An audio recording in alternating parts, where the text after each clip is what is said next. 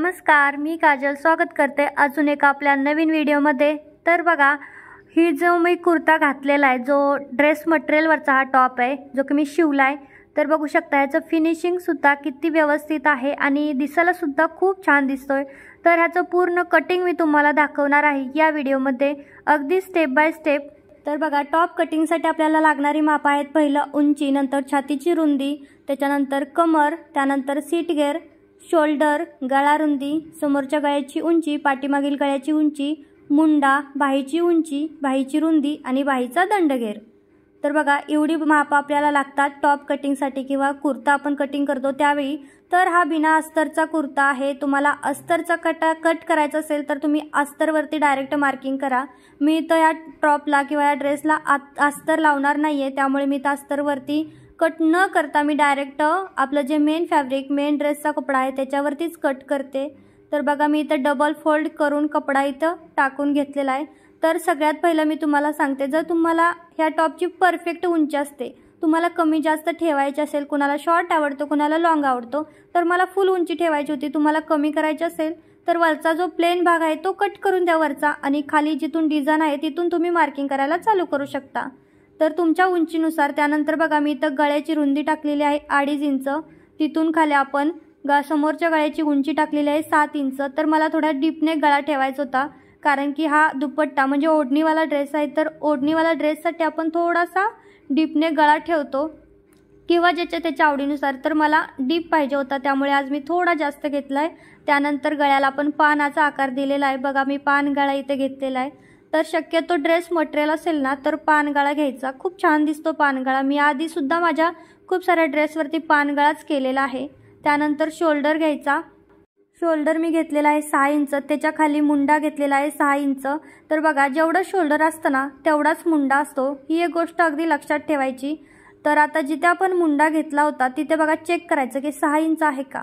थोडं जास्त कमी जास्त होऊ शकतं, आणि कमी जास्त झालं की आपले थोडेसे जे पाठीमागचा पार्ट, पुढचा भाग दोन्ही थोडंसं वेगवेगळं होतं। तर त्यानंतर आता मी इथे घेणार आहे छातीची रुंदी। तर छाती आपली आहे 30 इंच, तर छातीची रुंदीचा 30चा आपल्याला चौथा भाग म्हणजे 7.5 इंच प्लस आपल्याला 2.5 इंच मी इथे शिलाई मार्जिन टाकून 10 इंचावरती एक लाईन दिलेली आहे।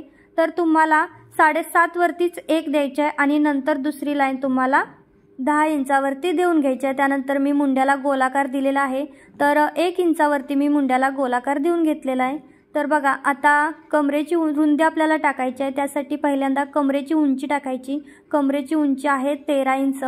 तर त्याच्या चेक करायचं की तुम्ही ज्यावेळी माप घ्याल त्यावेळेस किती आहे चेक करायचं। तर माझी तर 13 इंचावरती येत होतं, आणि तिथूनच मी कमरेची रुंदी टाकते। तर कमर आहे 28 इंच, तर 28चा चौथा भाग 7 इंच, 7 इंचावरती मी एक मार्किंग केली। त्यानंतर 2 इंच शिलाई मार्जिनमध्ये टाकण्यासाठी असं मी 9 इंचावरती एक लाईन ड्रॉ करून घेतलेली आहे। तर आता आपल्याला सीट गेअरसाठी उंची घ्यायची आहे। तर सीट गेअर 19 असतो, जास्तीत जास्त 19, कमीत कमी 18। तर तुम्ही 18-19 घेऊ शकता। मी इथं 19 सीट गेअर घेतलेला आहे। त्यानंतर जिथे आपण सीट गेअरच्या उंचीचा पॉईंट दिला आहे तिथूनच आपल्याला रुंदीचा पॉईंट द्यायचा आहे।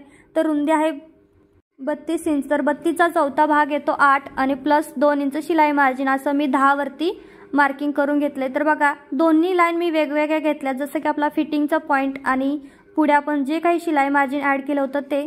तर आता जशी शिलाई मार्जिनचं होतं त्यावरती पहिल्यांदा एक लाईन घ्यायची, आणि त्यानंतर आपण जे फिटिंगचे पॉईंट दिलेले आहेत त्यावरती एक लाईन द्यायची। बघा, अशा प्रकारे, म्हणजे आपल्याला ज्यावेळेस फिटिंग करतो ना ड्रेस त्यावेळेस बिलकुल कमी जास्त होत नाही, आणि आपल्याला सारखं सारखं फिट करा, खुल्लं करा, मोठा झाला बारका झाला असला प्रश्नच येत नाही। तर त्यासाठी बघा, व्यवस्थित मार्किंग करून मी घेतली, आणि जिथे आपला सीट घ्यायचा रुंदी आली होती तिथून खाली मी सरळ लाईन करून घेतली, कारण आपल्याला जो एक्स्ट्राचा कपडा असतो तो घ्यायचा नसतो। तिथून खाली सरळ टॉपसाठी मी मार्किंग करून घेतलेली आहे, लाईन मारून घेतली। त्यानंतर आता मी ह्या टॉपचं कटिंग करणार आहे। तर खूप सोपं असा हा टॉप किंवा ड्रेस शिवणं असतं, आणि बिना अस्तरचा असो अस्तरचा असो दोन्ही खूप सोपं असतं। तर बघू शकता, माझ्याकडून चुकून इथं मुंड्याचा जो गोलाकार आहे ना तो कट व्हायचा सोडून थोडं पुढे गेलं, तर आता ते मी स्टिच करून नंतर घेईन, काहीच प्रॉब्लेम नाही, एवढा जास्त प्रॉब्लेम येणार नाही। तर अशी चूक होऊ शकते बरं का तुमच्याकडून सुद्धा, आणि त्यामुळे लक्ष देऊन करायचं। तर बघा, इथून खाली मी सरळ मार्किंग केली होती, तुम्हाला दिसत असेल, आणि खालच्या साईडने ह्या टॉपला लेस सुद्धा आहे, त्यामुळे आपल्याला खालच्या साईडनं काहीच करायची गरज सुद्धा लागणार नाहीये। तर अशा प्रकारे इथं पुढच्या भागाचं आपलं पूर्ण कटिंग तयार झाले। बघा किती छान असं आपला टॉप दिसत आहे। आपला पानगळासुद्धा छान आलेला आहे। तर तुम्ही सुद्धा अशा प्रकारे कटिंग केलं ना तर बिलकुल चुकणार नाही तुमचंसुद्धा। तर आता मी पाठीमागच्या भागाचं कटिंग करून घेते। तर पाठीमागचा पार्ट असतो ना तो थोडा लांब असतो, जेणेकरून की त्याच्यामध्ये बाहीचा सुद्धा कपडा असतो, त्यामुळे तो थोडा लांब असतो। तर आपल्याला चेक करायचं आहे की उंची आपली परफेक्ट येईल का नाही। त्यामुळे तर इथं पूर्ण कपडा न घेता आपलं जो काही पहिला आपण पोटचा भाग जो काही कटिंग करून घेतलाय ना तो अशा प्रकारे याच्यावरती ठेवून द्यायचा। तर तो जसा होता डबल फोल्ड तसा डबल फोल्ड करायचा आणि तो आपल्या मागच्या भागावरती ठेवून द्यायचा। तर खालचा कपडा सुद्धा डबल फोल्ड आहे, त्याच्यावरती मी व्यवस्थित हा कपडावरचा म्हणजे पुढचा भाग ठेवून दिलेला आहे। आणि आता जशीच्या तशी आपल्याला मार्किंग करायचे आहे। नंतर कुठे कुठे चेंजेस करायचे ते मी पुन्हा सांगेन, पण त्याआधी व्यवस्थित अशी तुम्हाला इथे मार्किंग करून घ्यायची आहे जशी होती तशी। तर तुम्ही बघू शकता कमरेमध्ये आणि सीट घेरमध्ये असा आपला कर्व आलेला होता पुढच्या भागासाठी। तर तसा कर्व तुमचा येत असेल ना तर तुमचं फिटिंग बिलकुल चुकणार नाही, अगदी परफेक्ट ड्रेस येईल। तर बघा आता मी जसंच्या तसं इथं मार्किंग करून घेते। तर टॉप हलू शकतो इकडे तिकडे, तर मी चेक केलं की व्यवस्थित आहे का, आणि त्याच्यानंतर मार्किंग केली। बघा आधीची मार्किंग माझी आतल्या साईडने गेली होती, नंतर माझी वरच्या साईडनं मार्किंग आलेली आहे बघा बाहेरून। तर आता हा कपडा आपण वरचा जो काही पुढचा भाग आहे तो साईडला ठेवून देऊयात। तर इथं पूर्ण मी जसाच्या जसा टॉप रेडी करून घेतलेला आहे। तर आता आपल्याला काय करायचं आहे, जिथं आपला गळा रुंदीचं मार्किंग आपण केलं आहे तिथून खाली आपल्याला गळ्याची उंची घ्यायची आहे। तर पाठीमागचा गळासुद्धा मी डीप घेणार आहे, तो सुद्धा मी 8 इंच घेतलेला आहे, कारण मला थोडा डीप हवा आहे, मला नॉड लावायचे होत्या पाठीमागच्या भागाला त्यासाठी। तर बघू शकता अशा प्रकारे, आणि पाठीमागचा मी चौकोनीच ठेवणार आहे कारण मला चौकोनी आवडतो। तर बघा समोरचा जो मुंडा होता तो आपण मार्किंग करून घेतला होता, त्याच्यावरती व्यवस्थित बॉक्स बनवून घ्यायचा। आणि आता पाठीमागच्या मुंड्यासाठी आपल्याला 1.5 इंचावरती गोलाकार करून घ्यायचा आहे। पुढच्या मुंड्याला आपण 1 इंचावरती केला होता, पाठीमागच्याला 1.5 इंचावरती गोलाकार करत आहोत। तर आता हे पूर्ण मार्किंग तयार आहे। आपण याच्यामध्ये फक्त एकच चेंज केला आहे, ती म्हणजे गळ्याची उंची घेतलेली आहे, मुंडा फक्त वाढवलेला आहे। फक्त 2च आपण इथं बदल केलेले आहेत, आणि जसंच्या तसं जे मार्किंग होतं त्याच्यावरून कटिंग करत आहोत। बघू शकता अगदी सावकाश कटिंग करून घ्यायचं इकडे तिकडे, आणि जिथे तुमचे कमरेचा पॉईंट आला आहे, सीट घेरचा पॉईंट आला आहे ना तिथे थोडा कट्स मारायचा, म्हणजे ज्यावेळी आपण स्टिच करू ना तिथे तेव्हा आपल्याला समजेल की इथे सीट घेरचा पॉईंट आहे, इथे कमरेचा पॉईंट आहे। जिथं आपलं मार्किंग आलेलं आहे ना तिथं छोटे छोटे कट्स द्यायचे। आणि बघू शकता उंचीसुद्धा मी कट केली, कारण की जो मी सांगितलं की पाठीमागच्या भागामध्ये बाहीचा सुद्धा कपडा ॲड असतो, त्यामुळे तो भाग मोठा असतो। तर आता मी तुम्हाला अजून एक गोष्ट सांगणार आहे, त्यामुळे व्हिडिओ नीट बघा। तर आता आपण बाहीचं कटिंग करूया। तर बघा बाही आपल्याला 4 फोल्ड करून घ्यायची आहे, पण मी इथं 8 फोल्ड केलेले आहे, कारण मला ह्या कपड्यातून 2 म्हणजे 4 बाह्या कट करायच्या आहेत, कारण की मला एका ब्लाउजला सुद्धा अशा बाह्या लावायच्या आहेत त्यामुळे। तर मी इथं 8 फोल्ड कपडा केलेला आहे, त्या जेणेकरून आपल्या 4 बाह्या रेडी होतील। तर बघा सगळ्यात आधी मी रुंदी टाकली। तर रुंदी टाकताना काय करायचं, आपला मुंडा किती आहे 6 प्लस 2.5 इंच शिलाई मार्जिन म्हणजे 7, 8, 8.5।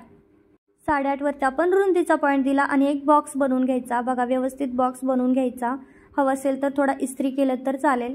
तर आता आपण उंची टाकणार आहोत। तर मी छोट्या बाह्या करते, साधारणतः मी 4 इंच इथं उंची घेतलेली आहे बाहीची, आणि तो आता मी दुसरा बॉक्स इथं तयार करत आहे। बघू शकता अशा प्रकारे मी एक बॉक्स तयार करून घेतला।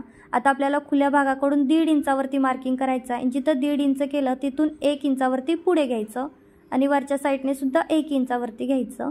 तर अशा प्रकारे मी बाहीचा आकार दिला। तर आपल्याला आता दंडघेर घ्यायचा आहे। तर दंडघेर आहे 5.5 इंच, त्यामध्ये आपल्याला 1.5 इंच शिलाई मार्जिन घ्यायची असते, म्हणजे आपण इथं एक्झॅक्ट 7 घेतलेला आहे। त्यानंतर बघा जसं आपलं मार्किंग होतं, आता मी इथं क्रॉसमध्ये लाईन दिलेली आहे दंडघेराची, तुम्ही बघू शकता। जसं मार्किंग होतं तसं आपल्याला कटिंग करून घ्यायचं आहे। तर अशा प्रकारे सावकाश कटिंग करून घ्यायचं। तर आता फक्त आपण जो मागचा भाग होता तो कट केलेला आहे, अजून पुढचा केलेला आहे। तर तुम्ही बघू शकता माझ्या इथं 4 बाह्या तयार झालेल्या आहेत, जेणेकरून 2 ह्या टॉपला लावण्यासाठी आणि 2 दुसऱ्या टॉपला लावण्यासाठी। तर 2 बाह्या मी साईडला काढून घेतल्या, आणि 2 आता काय करते, पुढच्या भागाला आपल्याला आकार द्यायचा आहे, जो आपलं मार्किंग आहे ना तिथून आपण व्यवस्थित कट करून घेणार आहोत अशा प्रकारे। तर इथं आपल्या बाही रेडी झालेल्या आहेत। तर आता महत्त्वाचा मुद्दा मी तुम्हाला सांगणार आहे, खूप जणांचं चूक होते, ते चूक होऊ नये म्हणून। तर बघा कपडा एकदम काटेकुट होता, कटेकूट कपडा होता, बिलकुलसुद्धा कपडा इथून शिल्लक राहिलेला नाही आहे. जो काही राहिला आहे तो असाच छोटा मोठा राहिलेला आहे. तर आता बघा, आपण जो पुढचा गळा कट करून टाकला होता का नाही, तो आपल्याला आता दुसऱ्या कपड्यावरती ठेवायचा आहे, जेणेकरून आपल्याला पट्टी लावावी लागते पुढच्या गळ्याला. आणि ती पट्टी आपण सरळ कट केली तर आपला जो फिनिशिंग आहे ते चुकतं. तर त्यासाठी मी काय केलं बघा, आपला पानगळा आहे, तर पानगळाचं मी जसं होतं तसंच ठेवून घेतलं आणि जसाच्या तसा आकार मी इथं ड्रॉ करून घेतलेला आहे दुसऱ्या कपड्यावरती. तर आता इथं कपडासुद्धा इतका कमी आहे ना, एकामेकाला जोडून मला एक करावं लागणार आहे. तर इथे मी सुद्धा व्यवस्थित पानगळ्याचा आकार केलेला आहे बघा. अशा प्रकारे मी थोडासा व्यवस्थित असं पानगळ्याचा आकार दिला, जेणेकरून आपण ज्यावेळी आपण ड्रेसला जोडू ना त्यावेळेस फिनिशिंग चांगले. तर आता करायचं काय, त्याच्या पुढे 1-1 इंचावरती आपल्याला मार्किंग करायचं आहे. म्हणजे आपण अशा प्रकारे पट्टी तयार करणार आहोत. पट्टी म्हणा किंवा जो काही आपण बुकरम लावतो ना, तसंच आपण इथे हे कट करून घेणार आहोत. तर मी काही बुकरम वगैरे लावणार नाही. तर बघा, आता मला 2 कपडे पाहिजे होते, कारण की हा एकच झाला आणि अर्धाच भाग होईल. तर त्यासाठी मी काय केलं, अजून एक कपडा त्या कपड्यातूनच घेतला आणि व्यवस्थित एकावर एक ठेवले. तर बघा अशा प्रकारे. आणि आता मी कटिंग करणार आहे. तर जे आपण 1 इंचावरती मार्किंग केलं होतं ना, तिथून पहिल्यांदा कट करायचं बाहेरच्या अंगाने. तर बाहेरच्या अंगाने असं व्यवस्थित कट करून घ्यायचं, बघू शकता. आणि त्यानंतर इथून सुद्धा पुढच्या पार्टनं कट करायचं. आणि त्यानंतर आपल्याला जोडायचे आहेत बरं का पट्ट्या एकामेकाला, तर आपला परफेक्ट आकार दिसेल. नाहीतर ते 2 वेगवेगळे तुकडे झालेले आहेत, ते व्यवस्थित आपल्याला जॉईंट करावे लागतील. पण तुम्ही डायरेक्ट डबल फोल्ड कपडा टाकलाच ना तर व्यवस्थित येऊ शकतं. तर संपूर्ण कटिंग केलं आहे आणि स्टिचिंगसुद्धा झालेलं आहे. तर मी स्टिचिंगचा व्हिडिओ तुम्हाला दाखवू शकले नाही. मी स्टिचिंगचा व्हिडिओ काढला होता, पण तो काय झालं, अर्धे पार्ट आले आणि अर्ध्या पार्टला कॅमेरा खालीवर झाला, ते परफेक्ट दिसतच नव्हतं, मग मी तो नाही टाकला. तर तुम्ही बघू शकता हा ड्रेसचं फिटिंग, फिनिशिंग सगळंच किती छान आहे. दिसायलासुद्धा खूप मस्त हा ड्रेस दिसतोय. तर मी थोडा लूज ठेवला आहे, कारण की आता मला वाटतंय मी थोडी जाड होईल म्हणून. तर याचं फिनिशिंग बघा किती मस्त असं फिनिशिंग आहे. कट्सलासुद्धा आपण किती व्यवस्थित फिनिशिंग दिलेलं आहे. तर तुम्ही सुद्धा अशा प्रकारे कट केलं ना तर स्टिचिंगचं अवघड नाही. स्टिचिंग तुम्ही फक्त 15 मिनिटामध्ये एक टॉप शिवू शकता. तर कसा वाटला नक्कीच मला कमेंट करून सांगा.